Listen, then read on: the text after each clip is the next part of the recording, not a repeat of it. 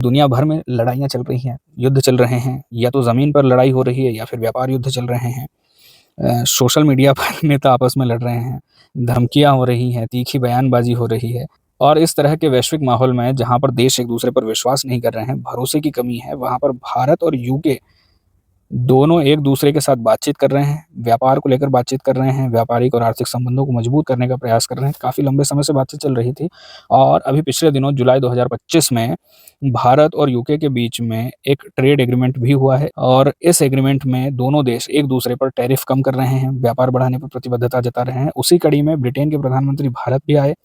कियर Starmer 2 दिन तक उन्होंने भारत की यात्रा की, भारत में कई लोगों से मिले और भारत में आर्थिक संबंधों को लेकर, निवेश को लेकर, सांस्कृतिक क्षेत्र में सहयोग को लेकर, शिक्षा के क्षेत्र में सहयोग को लेकर दोनों में कई सहयोग हुए हैं।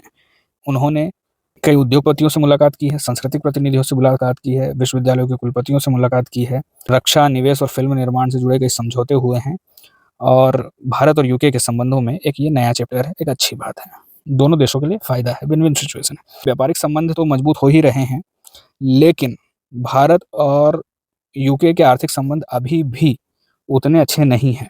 क्यों नहीं है? क्योंकि भारत दुनिया की चौथी सबसे बड़ी अर्थव्यवस्था है, एक बात। दूसरी बात, ब्रिटेन भी दुनिया की सबसे बड़ी अर्थव्यवस्थाओं में से एक है। अब ब्रिटेन से जितना भी निर्यात होता है, भारत को उसका कुल 2% निर्यात हो रहा है भारत को और भारत से होने वाले निर्यात में 3% निर्यात, कुल निर्यात में से 3% निर्यात यूके को होता है। तो 2 बड़ी अर्थव्यवस्थाएँ जिन्हें एक-दूसरे की ज़रूरत है, जो दोनों एक-दूसरे को फ़ायदा पहुँचा सकती है, वे दोनों बहुत कम व्यापार कर रही हैं और इस व्यापार को बढ़ाने के लिए दोनों देशों ने व्यापार समझौता किया है, जो कि बहुत ज़्यादा ज़रूरी है क्योंकि भारत को भी एक वैकल्पिक बाज़ार की ज़रूरत है। क्यों ज़रूरत है? क्योंकि अमेरिका ने भारत के ऊपर टैरिफ लगाया है, इससे भारत को नुकसान हुआ है। भारत को भी अपने अलग-अलग विकल्प तलाशने होंगे, भारत को भी अलग-अलग बाज़ार तलाशने होंगे। केवल एक बाज़ार पर निर्भरता व्यापार के लिए, भारत के राष्ट्रीय हितों के लिए ठीक नहीं हो सकती। अगर भारत यूके में अपना एक्सपोर्ट बढ़ा पाता है, तो ये जो टैरिफ लगा है, इसको भी काउंटर किया जा सकेगा। क्योंकि एक आंकड़े के हिसाब से देखें तो भारत की कुल जीडीपी का लगभग 20% हिस्सा एक्सपोर्ट से आता है और उसमें 20% में से 20% एक्सपोर्ट हम सिर्फ़ एक देश को करते थे, वो था यूएसए।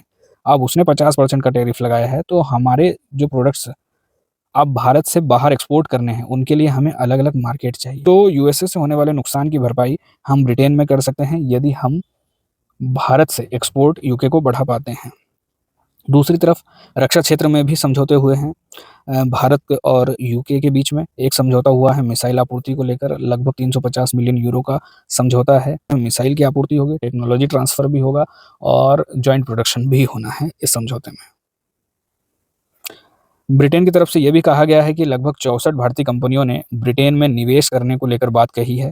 कितना निवेश? लगभग कुल मिलाकर 1.3 यूरो बिलियन का निवेश करने की बात कही गई है। ब्रिटिश कंपनियाँ भी भारत में इंटरेस्टेड तो हैं, निवेश करने के लिए इंटरेस्टेड है, व्यापार करने के लिए इंटरेस्टेड हैं, लेकिन अभी तक भारत की सरकार की तरफ से इस तरह की कोई बात नहीं कही है। हालाँकि यदि समझौता और आगे बढ़ता है, दोनों देश एक-दूसरे का सहयोग करते हैं, तो इस तरह के निवेश तो होंगे ही।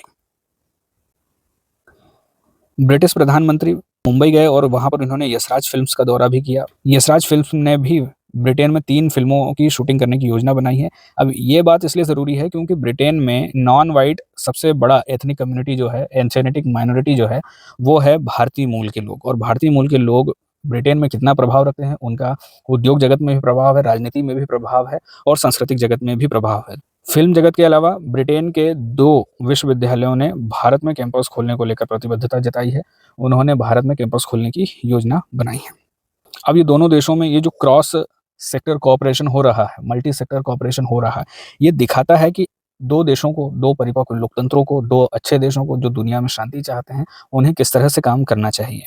मतलब सीधी-सी बात है, एक तरफ अमेरिका है, अमेरिका धमकियाँ दे रहा है, दूसरी तरफ भारत और ब्रिटेन के व्यापार संबंध, आर्थिक संबंध मजबूत हो रहे हैं, समझौते हो रहे हैं। इस तरह से यदि समझौते होते हैं, दोनों देश परस्पर सहयोग करते हैं व्यापार के लिए, तो दुनिया भर में लोगों के लिए फ़ायदा होगा, भारत के लोगों के लिए फ़ायदा होगा, यूके के लोगों के लिए फ़ायदा होगा।